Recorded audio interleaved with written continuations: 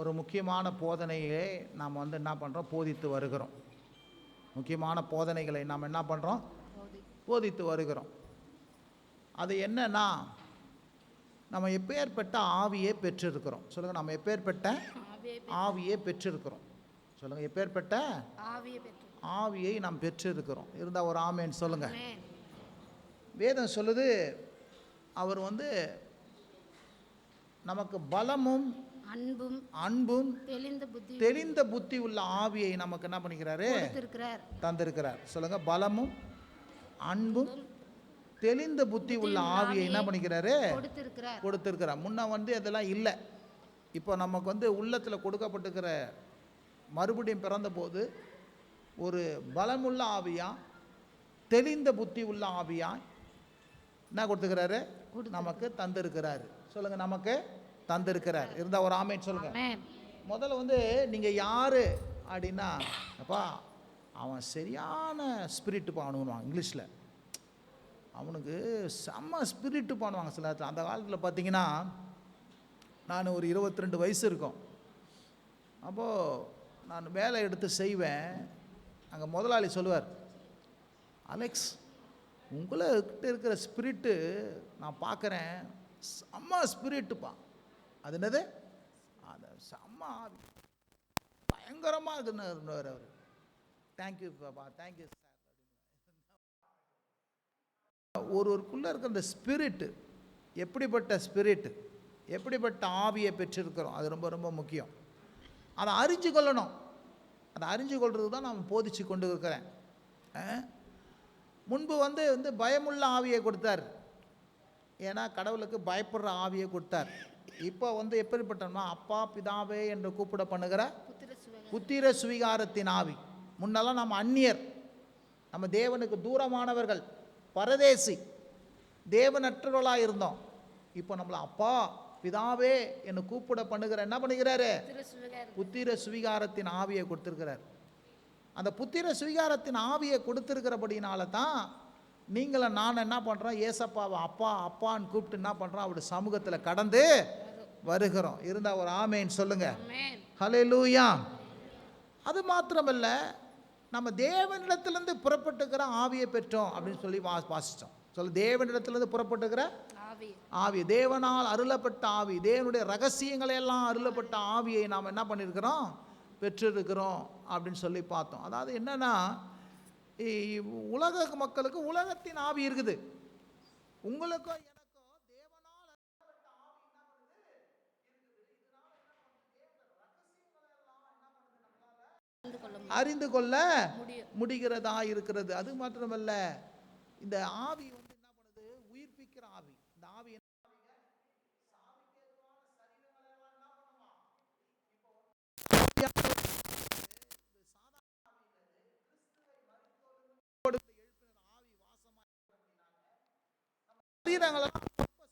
Damage ஆச்சா, அதை பற்றி ஒன்றும் பிரச்சனை கிடையாது.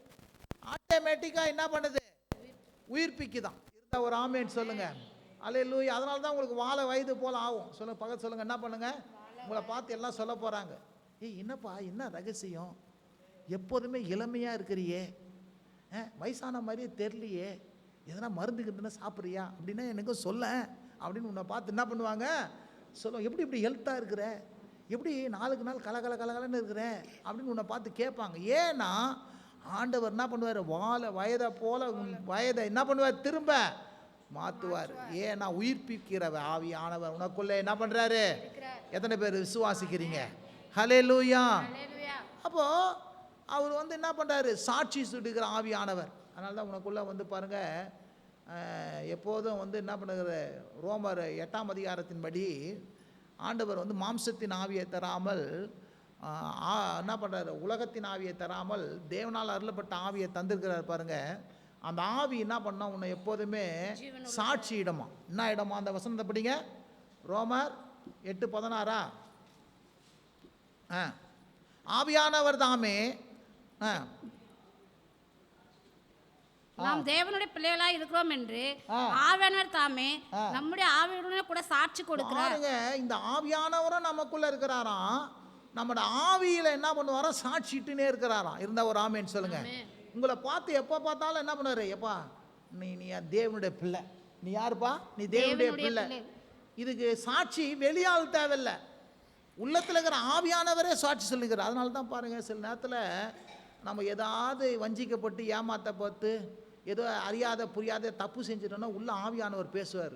என்ன பேசுவார், எம்மா நீ கடவுளுடைய பிள்ளையாச்சே, இப்படி செய்யலாமா. உடனே உள்ளத்தில் என்ன பண்ண ஒரு பயம் வரும். வரமா இல்லையா, வருதா அந்த பயம்?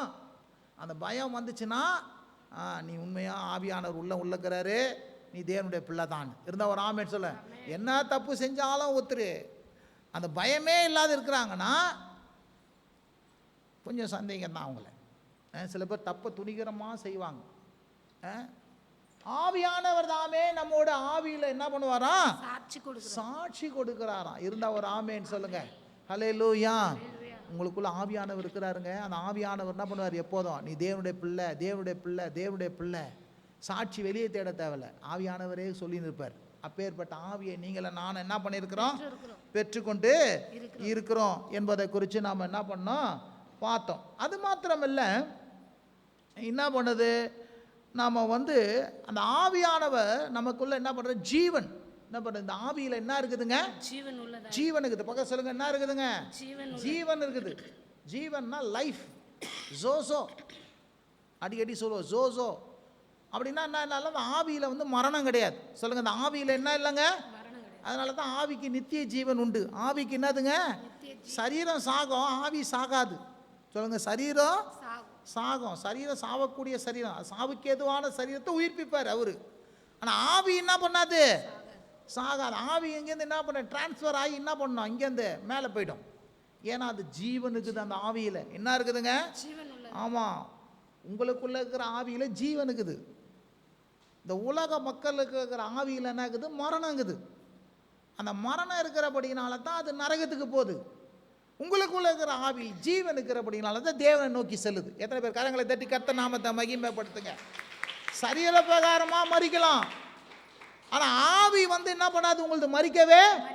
அதான் பவுல் சொல்கிறான், சரீரம் மண்பாண்டத்தில் இருக்கிறேன், சரீர பிரகாரமாக நாளுக்கு நாள் நான் பலவீனமானாலும் ஆவியின் பிரகாரமாக நான் நாளுக்கு நாள் என்ன பண்ணுறேன், பலன் அடைகிறோன்னா புதிதாகி கொண்டே இருக்கிறேன். இருந்தால் ஒரு ஆமேன்னு சொல்லுங்கள். இப்போ எப்பேற்பட்ட ஆவி அப்படின்னு, ஜீவன். இந்த ஆவி எப்படின்னா புதுசாயினே இருக்குமா, ரினிவாயினே என்ன பண்ணுமா இருக்குமா. இருந்தால் ஒரு ஆமேன்னு சொல்லுங்க. ஹல்லேலூயா, ஹல்லேலூயா. இப்போ இந்த என்ன பண்ணுறோம், இந்த ஆவிக்கென்று நம்ம என்ன பண்ணுறோம், விதைக்கிறோம். சொல்லுங்க, ஆவிக்கென்று என்ன பண்ணுறோம், விதைக்கிறோம். ஹல்லேலூயா. உள்ளத்தில் ஆவியானவர் இருக்கிறாரு. இதை பார்த்தோம்ல, நம்ம ஆவிக்கென்று நம்ம என்ன பண்ணுறோம், விதைக்கிறோம். என்ன விதைக்கிறோம், ஆவியானவர் சொல்லுகிறபடினால நம்ம நல்ல விதைகளை விதைக்கிறோம். ஆவிக்கென்று விதைக்கிறவன் ஆவிக்கென்று நித்திய ஜீவனை என்ன பண்ணுவான், மாம்சத்துக்கென்று விதைக்கணும், மாம்சத்தினாலே அழிவை என்ன பண்ணுவான். கலாத்தியர் 6ஆம் அதிகாரம் 8, 9, 10 வசனங்களை வாசிங்க. இது பார்த்துட்டோம்ல நம்ம, வாசிங்க.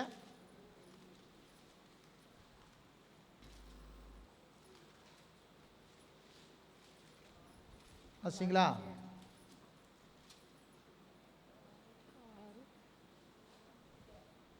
தான் மாம்சத்துக்கென்று விதைக்கிறவன் மாம்சத்தினாலே அழிவை அறுப்பான், ஆவிக்கென்று விதைக்கிறவன் ஆவியினாலே நித்திய ஜீவனை அறுப்பான்.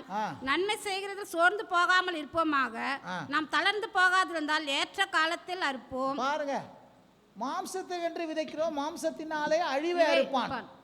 இப்போ நம்ம ஆவிக்கென்று விதைக்கிறோம், ஆவியினாலே நித்திய ஜீவனை நம்ம என்ன பண்ணோமா. இது என்ன சொல்றாருன்னா, முன்னெல்லாம் மாம்சமோ, சொல்லுங்க, மாம்சம், இதுதான் மாம்சம். என்ன சொல்லுது, சரீரம் இச்சிக்கிறபடியெல்லாம் செய்யுது, மனசு சொல்றதெல்லாம் செஞ்சோம், அது மாம்ச சிந்தை. இப்போ நம்ம என்ன பண்ணுறோம், மாம்சமோ மனசும் சொல்றது செய்யறது இல்லை. உள்ளத்தில் ஆவியானவர் சொல்றாரு பாரு, ஆவியானவர் சொல்றபடி நம்ம கிரியை செய்கிறோம். இருந்தால் ஒரு ஆமேன்னு சொல்லுங்க. ஆவியானவர் கிரியை செய்படி என்ன விதைக்கிறோம்னா நல்ல காரியங்களை செய்கிறோம். அது என்ன சொல்றது, ஆவிக்கென்று விதைக்கிறவன் ஆவியினாலே நித்திய ஜீவனை விதைக்கிறவன்னா நல்ல காரியங்களை செய்கிறோம். பக்கத்து சொல்லுங்க, பக்கத்து சொல்லுங்க. முன்னெல்லாம் நல்ல காரியம் நம்மால செய்ய முடியாது, செய்யணும்னு நினைச்சாலும் முடியாது. ஆனால் இப்போ ஆவியானவர் இருக்கிறபடினால நம்மால நல்ல காரியம் செய்ய முடியுது.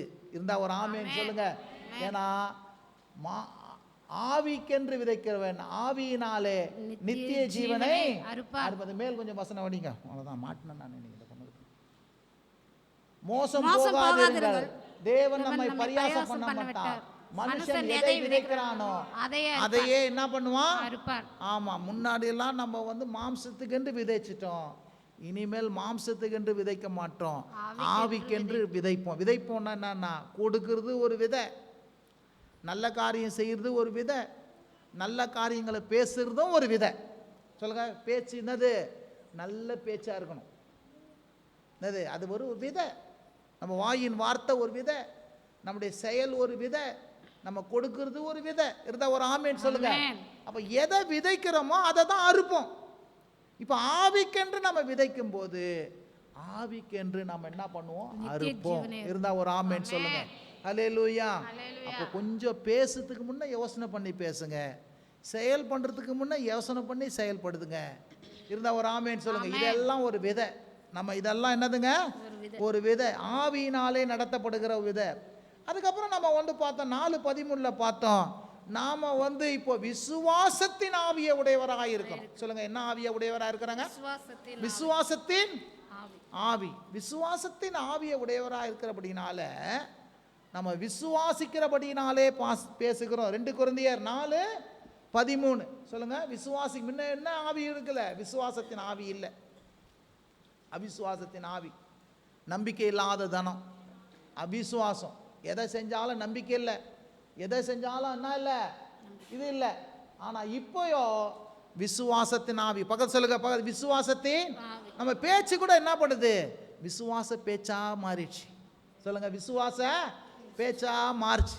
என்ன பேச்சா மாறுச்சு? விசுவாசத்தின் பேச்சா மாறுச்சு. ஒரு நாள் நம்பிக்கை இல்லாதது நம்ம என்ன பண்றதுல பேசுறது? ஏன்னா இப்ப விசுவாசத்தின் ஆவியை உடையவரா இருக்கிறபடினாலே, விசுவாசிக்கிறபடியாலே பேசுகிறோம். இருந்தா ஒரு ஆமென் சொல்லுங்க. அப்ப 2 கொரிந்தியர் 3:17 சொல்றோம், இந்த ஆவியானவர் 2 கொரிந்தியர் 3:17 ஆவியானவர் எங்கு உண்டோ அங்கு விடுதலை உண்டு. சொல்ல, அப்ப உங்களுக்குள்ள என்ன பண்றார்? ஆவியானவரே இருக்கிறார். எத்தனை பேர் சொல்றீங்க? ஆவியானவர் இருக்கிறார். ஆவியானவர் என்ன பண்றாரு? இருக்கிறபடினாலே உங்களுக்கு விடுதலை உண்டு. இருந்தா ஒரு ஆமென் சொல்லுங்க. அல்லேலூயா. அவன் இப்ப ஆவியானவர் ஏன் ஆண்டவர் கொடுத்திருக்கிறாரு? உங்களை ஆவி உள்ள மனுஷனா ஏன் மாத்திக்கிறார்னா, இனிமேல் நீங்க அடிமையா மாறக்கூடாது, வியாதிக்கு அடிமையா மாறக்கூடாது, தரித்திரத்துக்கு அடிமையா மாறக்கூடாது, சாபத்துக்கு அடிமையா மாறக்கூடாது, பிசாசுக்கு அடிமையா மாறக்கூடாது, பாவத்துக்கு அடிமையா மாறக்கூடாது, எந்த அடிமையின் வாழ்க்கை இருக்கக்கூடாது. இயேசு விடுதலையாக்கினால் முற்றிலும் விடுதலையாக வேண்டும் என்று சொல்லி என்ன பண்றாரு? கர்த்தர் ஆவியாய் நமக்குள்ளே இருக்கிறபடினாலே நம்ம வாழ்க்கை முழுக்க இனிமேல் விடுதலை தான். இருந்தா ஒரு ஆமென் சொல்லுங்க. அல்லேலூயா. விடுதலை உண்டு. பக்க சொல்லுங்க, விடுதலை உண்டு. இருந்தா ஒரு ஆமென். அப்படின்னு விடுதலை உண்டுனா இனி நமக்கு சாபம் இல்லை, வியாதி இல்லை, தரித்திரம் இல்லை, நம்ம நீதிக்குள்ளாக வாழ்வோம். பாவம் நம்மளை என்ன பண்ண முடியாது? மேற்கொள்ள முடியாது. ஏன்னா ஆவியானவர் எங்கு உண்டோ அங்கு விடுதலை உண்டு. சொல்லுங்க, ஆவியானவர் எங்கு உண்டு அங்க என்ன உண்டுங்க? விடுதலை உண்டு. சரி, இதெல்லாம் பார்த்தோம். போன வாரம் பார்த்தோம். என்ன பார்த்தோம் அப்படின்னா, நாம மறுபடியும் பிறந்திருக்கிறோம். சொல்லுங்க, நாம என்ன பண்ணிருக்கிறோம்? மறுபடியும் பிறந்திருக்கிறோம். இருந்தா ஒரு ஆமென் சொல்லுங்க. உலக மக்கள் மறுபடியும் பிறக்கல. நம்ம எப்படி பிறந்திருக்கிறோம்? ஆவியில மறுபடியும் பிறந்திருக்கிறோம். சொல்ல, பக்கம் சொல்ல. ஆவியில எப்படி பிறந்திருக்கிறோங்க? மறுபடியும் ஆவியில மறுபடியும் பிறந்திருக்கிற அப்படினால நம்ம பரலோக ராஜ்யத்துக்கு உட்பட்டவர்கள். பரலோகத்துக்கு யாராவது போகணும்னா என்ன பண்ணோம்? வாசிங்க, யோவான் 3ஆம் அதிகாரம். இயேசு பிரதித்திரமாக 5:6. இயேசு பிரதித்திரமாக, ஒருவன் ஜலத்தினாலும் ஆவினாலும் பிரவாவிட்டால் தேவனுடைய ராஜ்யத்தில் பிரவேசிக்க மாட்டான் என்று மெய்யாகவே மெய்யாகவே உனக்கு சொல்லுகிறேன். மாம்சத்தினால் பிறப்பது மாம்சமாயிருக்கும், ஆவினால் பிறப்பது ஆவியாயிருக்கும். மாம்சத்தினாலே பிறப்பது மாம்சமா, மாம்சபரமா பிறந்துட்டோம் மனுஷனா. இப்ப நம்ம ஆவியினால பிறந்திருக்கிறோம். சொல்லுங்க பக்கத்துல, ஆவியினால. ஆவியானவர் என்ன பண்ணார்? உள்ளத்துல நம்மளை பிறக்க செஞ்சிருக்கிறார். அதனால நம்ம ஆவியினால பிறந்திருக்கிறபடினால நமக்கு என்னங்க? பரலோக ராஜ்யம் உண்டு. சரி, நிக்கத்தோமி கேட்டான், ஆவியில பிறக்கல. ஏசு சொன்னார், எப்பா ஆவியில் பிறந்தா தான் நீ பரலோக ராஜ்யத்துக்கு வர முடியும். முடியும். இருந்தால் ஒரு ஆமேன்னு சொல்லுங்க.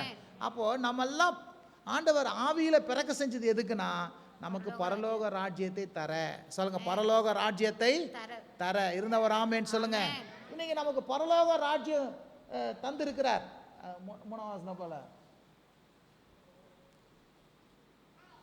ஜலத்தினாலும் ஆவியினாலும் பிறவிட்டால் தேவனுடைய ராஜ்யத்தில் என்ன பண்ண மாட்டான்? பிரவேசிக்க மாட்டான். அப்போ பாரு, மெய்யாகவே மெய்யாகவே நான் உனக்கு சொல்லுகிறேன். அது அடுத்த வசனம், அதற்கு நிக்கதேமு, ஒரு மனுஷன் முதிர்வயதா இருக்கையில் எப்படி பிறப்பான்? அவன் தன் தாயின் கர்ப்பத்தில் 2ஆம் தரம் பிரவேசித்து பிறக்க கூடுமோ என்றான். இயேசு பிரதியுத்தரமாக, ஒருவன் ஜலத்தினாலும் ஆவினாலும் பிரவாவிட்டால் தேவனுடைய ராஜ்யத்தில் பிரவேசிக்க மாட்டான் என்று மெய்யாகவே மெய்யாகவே உனக்கு சொல்லுகிறேன். சரி, நம்ம தேவ ராஜ்யத்தில் நம்ம பிரவேசிக்கணும் என்றதுக்கு மெய்யாகவே மெய்யாகவே பிரவேசிக்கணுன்றதுக்காகத்தான் நம்மள ஆவியில பிறக்க வச்சிருக்கிறாரு. சொல்லுங்க, என்ன பண்ணிக்கிறாரு? அப்ப பாருங்க, நீங்க ஆவியில பிறந்திருக்கிறபடினால உங்களுக்கு பிரவேசம் உண்டு. எங்க? தேவனுடைய ராஜ்யத்துக்கு போறதுக்கு அனுமதி உண்டு, இடம் உண்டு. அதை யாரும் என்ன பண்ண முடியாது, தடுக்கவே முடியாது. நீ தேவனுடைய ராஜ்யத்தில் மறுபடியும் பிறக்கலைன்னா அந்த ராஜ்யத்துக்கு என்ன பண்ண முடியாது, போகவே முடியாது. இருந்தா ஒரு ஆமேன்னு சொல்லுங்க. ஹல்லேலூயா. முக்கியம் என்னன்னா ஆவியில மறுபடியும் பிறக்கணும். சொல்லுங்க, ஆவியில. அப்ப நீங்களும் நானும் எப்படி பிறந்திருக்கிறோம்? நான் சொல்றேன், ஆவியில மறுபடியும் பிறந்தவனுக்கும் ஆவியில மறுபடியும் பிறக்காதவனுக்கும் பெரிய வித்தியாசம் உண்டு.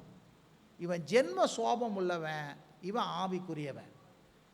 இவனை ஒரு நாள் இவன் நிதானிக்க முடியாது. இந்த ஜென்ம சோபம் உள்ளவனுக்கு ஆவியினால் பிறப்பது, ஆவிக்குரியவனு செய்கிறது எல்லாம் பைத்தியமா தோணும். நான் என்ன சொல்றேன், இந்த ஆவியில பிறக்காத, இந்த கிறிஸ்துவத்தை குறித்து அறியாத உங்களை குறித்து என்ன பேசினாலும் காதை கொடுத்து கேட்காதீங்க. அவனுக்கு பைத்தியமா தோணும். உங்களை அண்டர்ஸ்டாண்ட் பண்ணிக்க தெரியாது, புரிஞ்சிக்க தெரியாது. நீ செய்யறதெல்லாம் வீணா இருக்கும். சொல்லுங்க, நீங்க செய்யறதெல்லாம் அது என்ன பாஸ்டர் கர்த்தருக்குன்னு செய்ய சொல்றாரு, நம்ம மேல எல்லாம் விட்டு போய் அவருக்கு செய்யணுமா? ஒன்றும் விளங்காது. ஆவியில பிறக்காதனால அவன் செயலெல்லாம் மாம்சமா இருக்கும். துட்டு, காசு, பணம், இது எதுனா கிடைக்குமா? இதெல்லாம் அழியும். இதெல்லாம் எடுத்து நாங்கள் போக முடியாது. நித்திய ஜீவனுக்கு இது பாரு, இதை எடுத்துன்னா அங்கே என்ன பண்ண முடியும், போக முடியும். நம்ம சில நேரத்தில் சில பேருக்கு புரிய வைக்கிறதுக்கு, அண்டர்ஸ்டாண்ட் பண்ணுறது கஷ்டம். ஏன்னா ஆவியில் பிறக்கலைன்னா நம்ம சொல்கிறதெல்லாம் அவனுக்கு பைத்தியமாக தோணும். அவங்க என்ன நினைப்பாங்க, நம்ம செய்கிறது தான் ரொம்ப ரைட்டு, நம்ம செய்கிறது தான் ரொம்ப கரெக்டு அப்படின்னு நினைப்பாங்க. நான் சொல்கிறேன், தயவுசெய்து சொல்கிறேன், ஒரு நாளும் என்ன பண்ணாதீங்க, ஆவியில் பிறக்கிறவங்க, ஆவியில் பிறந்தவங்களுடைய ஆலோசனை என்ன பண்ண, பிறக்காதவங்களுடைய ஆலோசனை நீங்கள் என்ன பண்ணாதீங்க, கேட்காதீங்க. ஒரு வேளை தப்பாக நினைக்க, ஒரு வேளை கூட பிறந்து கூட இருக்கலாம், தெரிஞ்சுக்க கூட இருக்கலாம், ரொம்ப அன்பாக சொல்கிற மாதிரி இருக்கணும். அவங்க தான் சாத்தான் வேதம் ஓதுகிற மாதிரி இருக்கும். இந்த பாருப்பா, நான் உனக்கு சொல்கிறேன், இப்படிலாம் சும்மா சும்மா கோயிலுக்கு போய் கெட்டுட்டாத. அவங்க வேலை பார்க்குறாங்க, நம்ம வேலையை பார்க்க தேவையில்லையா அப்படின்னு சாத்தான் வேதம் ஓதுகிற மாதிரி என்ன பண்ணுவாங்க, ஓதுவாங்க. அவங்களுக்கு நம்ம செய்கிறது விளங்கவே விளங்காது. சொல்லுங்கள், அவங்க செய்கிறது நமக்கு விளங்கவே விளங்காது. ஏன்? அவங்க சிந்தையெல்லாம் என்ன பண்ணுது, கரெக்ட். அவங்களுக்கு இது சொன்னாலும் பைத்தியமாக தெரியும், இது சொன்னாலும் என்ன பண்ணாது, விளங்க வைக்கிறது ரொம்ப கடினம். அதனால் இன்றைக்கி கர்த்தருக்கென்று வாழ்கிறீங்களா, கர்த்தர் உங்களுக்கு உள்ளத்தில் பேசிக்கிறாரா, கர்த்தர் உங்களுக்குள்ளே எதனா கிரியை செய்கிறாரா, அந்த குரலை கேட்டு அதன்படி வாழறதுக்காக முயற்சி பண்ணுங்க. கூட பிறந்தவங்க தான், மாம்சத்தில் ரொம்ப சொந்தம்தான், ரத்த பந்தம்தான், ஆனாலும் ஆவியில் பிறக்கலையே. ஆவியில் பிறக்காதனால உங்களுக்கு சரியான ஆலோசனை அவங்களால என்ன பண்ண முடியாது, கொடுக்க முடியாது. உங்களுக்கு சரியான ஆலோசனை என்ன பண்ண முடியாது, அவங்களால கொடுக்க முடியாது. ஏன்னா அவங்களுக்கு அப்படிதான் இருந்தால் ஒரு ஆமென் சொல்லுங்க. நீங்கள் என்ன தெரியுமா பண்ண, ஆண்டவரே என்னோடு கூட இவங்க ரட்சிக்கும்படி இவங்க கண்ணை திறங்கப்பா. சொல்லுங்க, கண்ணை திறங்கப்பான்னு ஜெபம் பண்ணணும். இருந்தால் ஒரு ஆமென் சொல்லுங்க. ஹல்லேலூயா. சில நேரத்தில் என்னை பார்த்து நிறைய கேள்வி கேட்பாங்க. இப்போ எங்கள் வீட்டுக்கார் இருக்கிறாருங்க, நல்ல மனுஷன் தாங்க, நான் கடவுளை அறியல, நான் என்ன சொன்னாலும் ஏற்றுக்கொள்ள மாட்டுறாருங்க, அது எப்படிங்க ஏற்றுக்கொள்வார்? நீங்கள் ஒரு ராஜ்யத்தில் இருக்கிறீங்க, அவர் ஒரு ராஜ்யத்தில் இருக்கிறார். இந்த 2 ராஜ்யத்துக்கு என்ன பண்ணாது, ஒத்து வரவே வராது. சொன்னாலும் புரியாது. நீங்கள் ஒன்றும் இல்லை, அந்த மனுஷனுக்கு பிசாசின் மயக்கத்துலேருந்து தெரியணும். நான் சொல்லுங்கள், சில நேரத்தில் நான் அப்படி தான் ஜெபம் பண்ணுவேன். ஆண்டவரே, அந்த மனுஷனை பிடிச்சிருக்கிற அந்த பிசாசு மயக்கம், அந்த மனக்கண்ணு தெளிகிற மாதிரி ஆண்டவரே நீர் கிருபை செய்யுங்க. சொல்லுங்க, ஆண்டவரே நீங்கள் என்ன பண்ணுங்க, கிருபை செய்யுங்க. மனக்கண்ணு தெரியட்டும். அந்த பிசாசினுடைய அந்த மயக்கம், அந்த மனக்கண்ணை குருடாக்கி அவனை வந்து அழுத்தி பிடிச்சிருப்பான். அது வரைக்கும் அவனுக்கு வந்து என்ன பண்ணாது, கண்ணு திறக்கவே திறக்காது. அதனால் ஜெபம் பண்ணுங்க, ஆண்டவரே அந்த மனுஷன் அவர்லேருந்து விடுபடணும். அப்போ கர்த்தரை அறிஞ்சிங்கன்னாங்கன்னா அப்போ நீங்கள் சொல்கிறதுக்குள்ள நல்லா அவங்களுக்கு என்ன பண்ணணும், புரியும். இருந்தால் ஒரு ஆமேன்னு சொல்லுங்கள். சரி, போன வாரம் இதெல்லாம் நம்ம பார்த்துட்டோம். இப்போ யோவான் அதிகாரத்தில் நம்ம ஆரம்பித்தோம்ல, 4ஆம் அதிகாரம் 23, 24 வசனம் வாசிங்க. உண்மையாய் தொழுது கொள்ளுகிறவர்கள் பிதாவை ஆவியோடும் உண்மையோடும் தொழுது கொள்ளும் காலம் வரும், அது இப்பொழுதே வந்திருக்கிறது. தம்மை தொழுது கொள்ளுகிறவர்கள் இப்படிப்பட்டவர்களாய் இருக்கும்படி பிதாவானவர் விரும்புகிறார். தேவன் ஆவியாய் இருக்கிறார். அவரை தொழுது கொள்ளுகிறவர்கள் ஆவியோடும் உண்மையோடும் அவரை தொழுது கொள்ள வேண்டும் என்றார். ஏன் உங்களை மறுபடியும் பிறக்க செஞ்சார்? போன வாரம் ஸ்டார்ட் பண்ண, நான் முடிக்கல. இது போன வாரம் ஸ்டார்ட் பண்ணேன், ஆனால் என்ன பண்ணல, முடிக்கல. ஏன் தேவன் உங்களை ஆவிக்குரியவங்களா மாற்றிருக்கிறாரு, ஆவியில் மறுபடியும் பிறக்க செய்திருக்கிறார்னா, தேவன் ஆவியா இருக்கிறார். சொல்லுங்க, தேவன் எப்படி இருக்கிறாருங்க? பக்கம் சொல்லுங்க, ஆவியா இருக்கிறார். பக்கம் சொல்லுங்க, தேவன் எப்படி இருக்கிறாருங்க? ஆவியா இருக்கிறாரு. இப்போ ஆவியா இருக்கிறாருன்னா எல்லாம் என்ன நினச்சிக்கணும், புகைன்னு நினச்சிக்கிறாங்க. என்ன சொல்கிறாங்க, ஆவியா நினச்சி என்ன பண்ணுறாங்க, இந்த புகை வருது பாரு, இந்த டீயில் வந்து சுட சுட வச்சு புஷ்ஷுன்னு வருது பாரு. ஓ, தேவன் வந்து இப்படி தான் ஆவியாகிறாரு. ஆவியாக இருக்கிறாருன்னா அவருக்கு சரீரம் இல்லைன்னு அர்த்தம், அவரை தொட முடியாதுன்னு அர்த்தம், அவரை காண முடியாதுன்னு அர்த்தம். எத்தனை பேருக்கு விளங்குதுங்க? ஆனால் உருவம் இருக்குதுன்னா உருவம் இருக்குது, உருவத்தை பார்க்க முடியாதுன்னா பார்க்க முடியாது. அவருக்கு குணம் உண்டா, குணம் உண்டு. அவருக்கு பண்பு உண்டா, பண்பு உண்டு. அவரால் பேச முடியுமா, பேச முடியும். அவரால் சிந்திக்க முடியுமா, சிந்திக்க முடியும். ஆவியாக இருக்கிறவங்கன்னா இவங்க என்ன பண்ணுவாங்க, ஒரு அரூபம் மாதிரி நினச்சிக்கிறாங்க. அரூபம்னா அவருக்கு வந்து உருவமே இல்லை, உருவமற்றவர் அப்படின்னு சொல்லி என்ன பண்ண நினச்சிக்கிறாங்க. இல்லை, ஆவியாக இருக்கிறாரு. ஏன் ஆவியாக இருக்கிறாரு அப்படின்னா, அவர் மாம்சத்தில் வர கூட தொடக்கூடாத லெவலில் இருக்கிறார். மாம்சமாக இருந்தால் ஒரு எல்லைக்குட்பட்டவர்களாக இருப்பாங்க. ஆவியாக இருந்தால் எல்லைக்கு அப்பாற்பட்டவராக என்ன பண்ணுவாங்க, இருப்பாங்க. இருந்தால் ஒரு ஆமேன்னு சொல்லுங்க. அதனால தான் அவர் ஆவியாக இருக்கிறார். இப்போ தேவன் ஆவியாக இருக்கிறபடினால நம்மளையும் கர்த்தர் என்ன பண்ணுறாரு, ஆவியாய் மாற்றிட்டார். இருந்தால் ஒரு ஆமேன்னு சொல்லுங்க. மறுபடியும் பிறக்கிறதன் மூலமாக என்ன பண்ணிட்டாரு, ஆவியாய் மாற்றிட்டார். இருந்தால் ஒரு ஆமேன்னு சொல்லுங்க. ஹல்லேலூயா. இது கிறிஸ்தவனுக்கு சொன்னால் இவர் என்ன எப்போ பார்த்தாலும் அவன் ஆவி ஆவின்றானே, என்ன ஆவியை சொல்கிறானே தெரில, பயமாக இருக்குது வாணுவான் சில பேர். இது நல்ல ஆவி, இது அன்பின் ஆவி. இருந்தால் ஒரு ஆமேன்னு சொல்லுங்க. இது கிறிஸ்துவின் ஆவி. இருந்தால் ஒரு ஆமேன்னு சொல்லுங்க. இது வேற மாதிரி ஆவி இல்லை. இந்த ஆவி ஆவின்னு சொல்லி இந்த மந்திரவாதிங்க சொல்கிறானுங்க பாரு, அந்த ஆவி இல்லை, இது நல்ல ஆவி. இருந்தால் ஒரு ஆமேன்னு சொல்லுங்க. தேவன் ஆவியாக இருக்கிறாரு, நம்மளையும் ஆவியாக மாற்றுகிறார். ஏன் ஆவியாக மாற்றுகிறார்னா, தம்மை தொழுது கொள்ளுகிறவர்கள் ஆவியில தொழுது கொண்டா தான் உண்மையாக தொழுது கொள்ள முடியும். எத்தனை பேருக்கு விளங்குதுங்க? ஆவியில தொழுது கொண்டா தான் என்ன பண்ண முடியும், உண்மையாய் தொழுது கொள்ள முடியும். அப்போ பாருங்க, இப்போ ஆவியாக இருக்காதுங்களா தொழுது கொள்றாங்களா, தொழுது கொள்றாங்களா, தொழுது கொள்றாங்க. அது உண்மையாக தொழுது கொள்றாங்கன்னா கேட்டால் வேதத்தின் பிரகாரம் கிடையாது. சொல்லுங்க, உண்மையாக தொழுது கொள்றாருன்னா அது கேட்டால் வேதத்தை கேட்டால் ஏன் தேவன் உண்மையாக எப்படிப்பட்ட ஆராதனை விரும்புகிறாரு? இந்த மாதிரி ஆராதனை தான் விரும்புகிறார் வழிய வேற எந்த விதமான ஆராதனையை என்ன பண்ணுறதுல விரும்புறது இல்லை. அப்போ என்ன பண்ணுது, குத்திக்கிறதும் வெட்டிக்கிறதும் ரத்தம் குட்டிக்கிறதும் இப்படி துமக்கிறதும் அது பண்ணுறதும் விரதம் இருக்கிறதும் இன்னொன்னுமெல்லாம் பண்ணுறாங்க. இன்றைக்கி தொழுது கொள்றன்ற பேரில், வேண்டுதல்ன்ற பேரில் இன்றைக்கி டிவியில் பார்க்குறத பார்த்தான்னா நமக்கே அப்படியே ஸ்மெய்யெல்லாம் சிலுக்குது. சாகசம்லாம் பண்ணுறாங்க ஜனங்க, பண்ணுறாங்களா இல்லையா? அப்போ அதெல்லாம் வந்து உண்மையாக தொழுது கொள்கிறாங்களா? குகைக்கு போகிறதும் மலைக்கு போகிறதும் செருப்பு இல்லாமல் இருக்கிறதும் இன்னும் பல வேடிக்கையெல்லாம் காட்டுறாங்க. என்னதுங்க, பல காரியங்கள்லாம் செய்கிறாங்க, பண்ணுறாங்களா இல்லை? அதனால தான் அதெல்லாம் உண்மையாய் தொழுது கொள்வது கிடையாது. சொல்லுங்கள், உண்மையாய் தொழுது கொள்வது எது? நான் ஆவியில் தொழுது கொள்ளாதான் உண்மையாய் தொழுது கொள்ள முடியும். ஆவியில் தொழுது கொள்றதை தான் கர்த்தர் என்ன பண்ணுறாரு, விரும்புகிறார். இருந்தால் ஒரு ஆமேன்னு சொல்லுங்கள். ஹல்லேலூயா. இந்த ஆவியில் தொழுது கொள்றது தான் எங்கும் தொழுது கொள்ள முடியும். மாம்சீகரமாக தொழுது கொள்றா ஒரு குறிப்பிட்ட இடத்துக்கு போகிறான், நான் இந்த இடத்துக்கு போகிறேன் ஆண்ட சொல்ல. இப்படிப்பட்ட ஆராதனை விரும்புகிறாரு. ஆவியில் தொழுது கொள்ள இப்படிப்பட்ட காலம் வந்திருக்குது, அது எங்கும் தொழுது கொள்ள முடியும். இருந்தால் ஒரு ஆமேன்னு சொல்லுங்கள். ஆவியில் ஏன் தொழுது கொள்ள முடியும்? அது எங்கும் தொழுது கொள்ள முடியும். இவங்கெல்லாம் என்ன பண்ணுறாங்க, ஒரு குறிப்பிட்ட இடத்தை சிக்னிஃபிகேஷன் பண்ணுறாங்க. இந்த இடத்துக்கு போகணும், இங்கே போகணும், அங்கே போகணும். நம்ம என்னத்துக்கு இங்கே ஒரு இடத்துக்கு வரோன்னா, அவர் ஆராதிக்கிறதுக்குன்னு ஒரு இடம் வரும். இருந்தால் ஒரு ஆமேன்னு சொல்லுங்கள். ஹல்லேலூயா. ஆராதிக்கிறதுக்குன்னு ஒரு இடத்துக்கு நாம் என்ன பண்ணுறோம், வருகிறோம். இருந்தால் ஒரு ஆமேன்னு சொல்லுங்கள். அப்போது தேவன் மாம்சபுரமான இந்த ஆராதனையை விரும்புறதில்லை. ஆவியின் பிரகாரமாக நடக்கிற ஆராதனையை தான் கர்த்தர் என்ன பண்ணுறாரு, விரும்புகிறாரு. அதுதான் எங்கும் தொழுது கொள்ள முடியும். அதனால தான் நம்மள ஆவியில் என்ன பண்ணுறாரு, மறுபடியும் பிறக்க செஞ்சிருக்காரு. எல்லாம் கரங்களை தட்டி கர்த்தர் நாமத்தை மகிமைப்படுத்துங்க.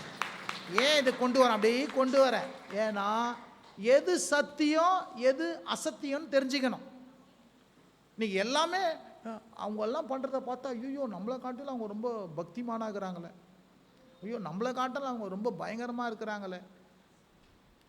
தேவன் இதை தான் உண்மையாக விரும்புகிறார். இருந்தால் ஒரு ஆமேன்னு சொல்லுங்கள். இப்படி தொழுது கொள்ள முடியாது, உள்ளத்திலேருந்து வருகிற தொழுது முடியாது. சரீர பிரகாரமாக வேற ரீதியாக என்ன ஒன்றாலாம் பண்ணிடலாம். நீ ஒன்றா கேளுங்க, நல்லா ட்ரிங்க் அடிக்கணும் கேளுங்க, 40 நாள் போடுறான்னா போட்டுப்பான், 40 நாள் கட்டாயத்துக்குன்னா இருப்பான், அதெல்லாம் பண்ணுவான். ஆனால் இங்கே உள்ள உட்காந்து உள்ளத்திலிருந்து ஒரு ஆராதனை செலுத்துன்னு சொல்லி பாருங்க, அவனால் ஒரு நிமிஷம் காலை வச்சுன்னு உட்கார வச்சுன்னு இருக்க முடியாது. அவன் மனசும் மாசும் என்ன பண்ண தக தக தக தகன்னு குதிச்சுன்னு இருக்கும். இங்கே போகலாமா அங்கே போகலாமா, ஒரு இடத்துல என்ன பண்ணாது, உக்காராது. எத்தனை பேருக்கு விளங்குதுங்க? ஆவியில் இருக்கிறவங்களுக்கு தான் அந்த காரியங்கள்லாம் இருக்கும். நான் சொல்கிறேன், நீங்களும் நானும் விசேஷமான ஆள். ஏன்னா ஆவியில் மறுபடியும் பிறந்திருக்கிறோம். இருந்தால் ஒரு ஆமே. நாம் செய்கிற ஆராதனை விரும்புகிறாரு.